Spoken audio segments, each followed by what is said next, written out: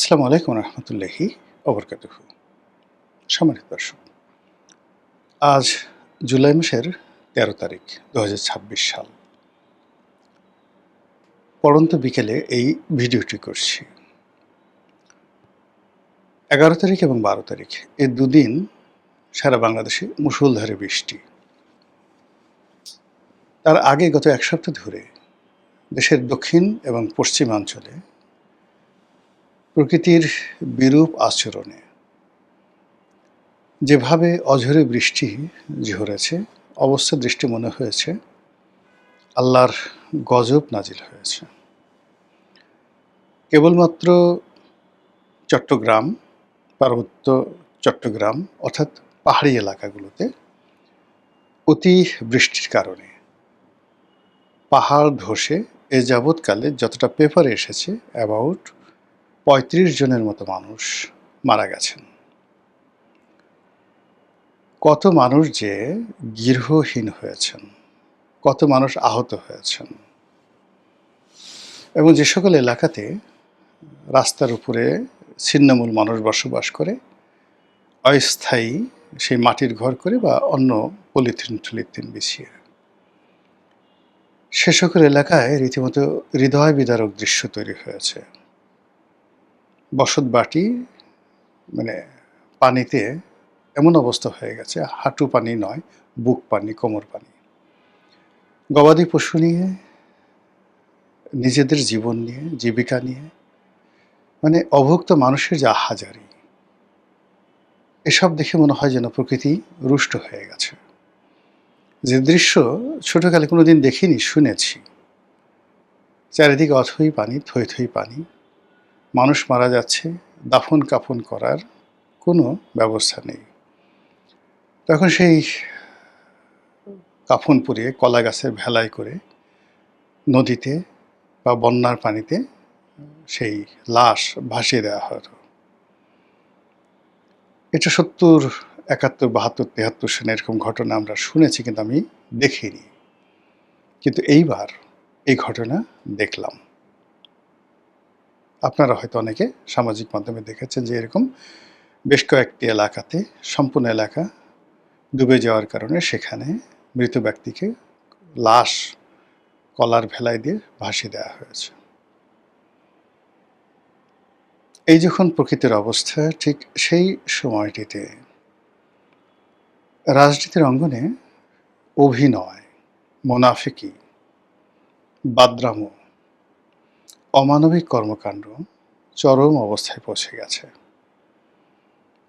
এরকম প্রাকৃতিক যখন দুর্জয় আসে, যখন মানুষ হেদায়েতের পথে থাকে, তখন তারা বিনম্র আচরণ করে, তওবা করে, আস্তাগফিরুল্লাহ পড়ে, ভয় পায়, আল্লাহর কাছে আত্মসমর্পণ করে এবং যতটা সম্ভব ক্ষমা সুন্দর দৃষ্টিতে প্রতিপক্ষকে দেখে। কিন্তু এই যে প্রকৃতির বিরূপ অবস্থা, যখন মানুষ না খেয়ে মরছে, হতাশা চারিদিকে, তখন ত্রাণ বিতরণের নামে যে অভিনয় চলছে, যে বন্যার্তদের দেখতে যাওয়ার নাম করে যে সকল ঘটনা ঘটছে, তারপরে এই প্রাকৃতিক দুর্যোগের মধ্যেও সরকারের বিভিন্ন সংস্থা, ব্যক্তি, প্রতিষ্ঠান যে কর্মকাণ্ড করছে, তাতে করে যে কোনো সুস্থ মানুষ এই দৃশ্য দেখলে অসুস্থ হয়ে যাবে। রোম যখন জ্বলছিল বা পুড়ছিল, ঠিক সেই সময় নিরো বাঁশি বাজাচ্ছিল। ঠিক একই সময় এখন বাংলাদেশের সব ক্ষেত্রে স্কুল ডুবে গেছে, ছাত্রছাত্রী কোনো নামগন্ধ নাই, কিন্তু পরীক্ষা পেছানো যাবে না, পরীক্ষা দিতেই হবে। এরকম বিশ্রী বিশ্রী সব ঘটনা। দেশের যখন এই অবস্থা, তখন আপনাকে সেলফি তুলতে হবে। এই সময়টার মধ্যে আপনাকে সেই ফ্যামিলি কার্ড বিতরণ করতে হবে। প্রচণ্ড ঝড় বৃষ্টির মধ্যে পুরো দক্ষিণাঞ্চল যেখানে তছনছ, সেখানে গিয়ে আপনাকে সেই ফ্যামিলি কার্ড বিতরণ করতে হবে। এবং সেই কাজ করতে গিয়ে বরিশালের গৌর নদী বা আগলঝরা এলাকাতে একটা বাজার আছে, মহাসড়কের উপর বাটাজোড় বাজার। সেই বাজারে প্রধানমন্ত্রী গিয়েছেন একটা অনুষ্ঠানে, ছোট্ট একটা গ্রাম্য অনুষ্ঠান। ওই অনুষ্ঠানে, এত ছোট অনুষ্ঠানে প্রধানমন্ত্রী তো দূরের কথা, একটা ইউনিয়ন পরিষদের চেয়ারম্যানও এত ছোট অনুষ্ঠান করেন না। এবং সেই অনুষ্ঠানের একটি ভিডিও ক্লিপ ইন্টারনেটে ছড়িয়ে পড়েছে। সেখানে যে বিশৃঙ্খলা অবস্থা, সেখানে যে সকল অশ্লীল অশ্রাব্য কথাবার্তা হচ্ছে, সেখানে মাইক হাতে প্রধানমন্ত্রীকে যে অসহায় অবস্থায় দেখা যাচ্ছে, এটি কোনো অবস্থাতেই 18 কোটি মানুষের একটি দেশ, সেই দেশের প্রধানমন্ত্রী, সেই প্রধানমন্ত্রীর রাষ্ট্রীয় কর্মের চিত্র হতে পারে না। যখন দেখবেন এরকম অসামঞ্জস্যকর কোনো ঘটনা ঘটে, একটা যে অনুষ্ঠানে লোক হবে 200, সেখানে লোক হয়ে গেছে 2 লাখ, একটা অনুষ্ঠানে লোক হবে 2 লাখ, সেখানে লোক হয়েছে 200, এগুলো ভালো লক্ষণ নয়। নেচার ইটসেলফ এটা ডিসকোঅপারেশন করে, আপনাকে একটা মেসেজ দেয়, you should not go forward. এবং এই বিষয়গুলো আমাদের যারা রাষ্ট্রকর্মে নিযুক্ত, তারা একটু খোঁজ দিলেই জানতে পারতেন যে তাদের সবচেয়ে বিশ্বস্ত বন্ধু হলো তাদের বডি, শরীর। শরীর যেখানে সায় না দেয়, যে পরিবেশে শরীর সায় দেয় না, সেখানে যাওয়া উচিত নয়। যেদিন জুলিয়াস সিজার সিনেটে ছুরিকাঘাত হলেন, সেদিন তার শরীরটা ভালো ছিল না, সারা রাত জ্বর, তারপর ম্যাজ করছিল। তো তিনি যেতে চাচ্ছিলেন না, কিন্তু তার যারা লোকজন আছে তারা খুব জোর করে তাকে সেদিন সিনেটে পাঠালো, এবং তিনি সিনেটে গেলেন ওই অসুস্থ শরীর নিয়ে, এবং ওখানে ব্রুটাস তাকে মেরে ফেলল। জিয়াউর রহমান যেদিন নিহত হন, সেদিনও তিনি ছিলেন ক্লান্ত, বিধ্বস্ত। রাত্রি 2টো পর্যন্ত তিনি ক্যান্টনমেন্টে, চিটং ক্যান্টনমেন্টে ছিলেন। তো ক্যান্টনমেন্টে যারা পরস্পর বিরোধী সেনাবাহিনীর কর্তারা ছিলেন, তাদের মধ্যে বিরোধ ছিল, সেগুলো নিষ্পত্তির চেষ্টা করেছেন। তার আগে চট্টগ্রামের রাজনৈতিক যারা নেতৃবৃন্দ ছিলেন, তাদের সঙ্গে বৈঠক করেছেন, সেখানেও কোনো ভালো ফলাফল আসেনি।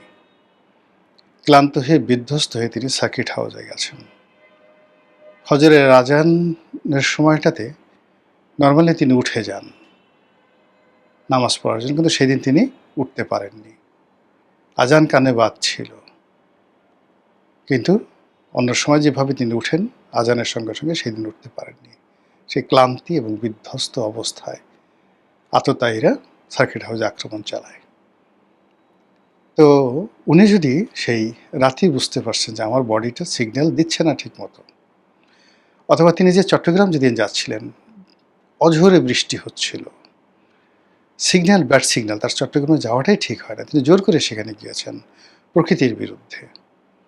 এখন বাংলাদেশের যে প্রকৃতি, এই জুলাই মাসে, জুলাইটা শুরু হলো, গত বছর জুলাইতে এমন ছিল না, তার আগের বছর জুলাই তো পুরোটাই প্রকৃতি জনগণের পক্ষে, রাজনীতিবিদদের পক্ষে করে দিয়েছিল 2024 সনের জুলাইটি। আর 2025 সনের জুলাইটি অতটা গ্রেসফুল ছিল না, কিন্তু এইবারের মতো ছিল না। এইবারে জুলাই শুরু হওয়ার আগেই শুরু হয়ে গেল জুলাই সিডিআই, সেটি নিয়ে কত লঙ্কা কাণ্ড, সেটা বন্ধ হয়ে গেছে। তারপরে শুরু হলো প্রাকৃতিক দুর্যোগ, তারপরে শুরু হলো রাজনৈতিক দুর্যোগ, শেখ হাসিনা দেশে আসবেন, এরপর আরও নানা কর্মকাণ্ড। এর প্রেক্ষিতে সরকারি দলের মধ্যে নানা রকম বিভক্তি। এক নেতা বলছেন যে আওয়ামী লীগ যে সকল ইয়াবা ব্যবসা করত, চোরাচালানি করত, টাউটারি বাটপারি করত, এখন তা বিএনপির এক শ্রেণীর নেতারা সে কাজগুলো করছে। পার্লামেন্টে বসে এক এমপি আর এক এমপিকে বলছে, আপনার বাড়ির সামনে দিয়ে ইয়াবার চালান আনা নেওয়া হয়। বোঝার চেষ্টা করুন যে ভিতরে জাস্টিস সাত্তারের আমলে যে বিরোধ ছিল, বিসংবাদ ছিল মন্ত্রী এমপিদের মধ্যে, তার চেয়ে কি এখন কম আছে না বেশি আছে? যারা ভিতর আছেন তারা বুঝতে পারবেন।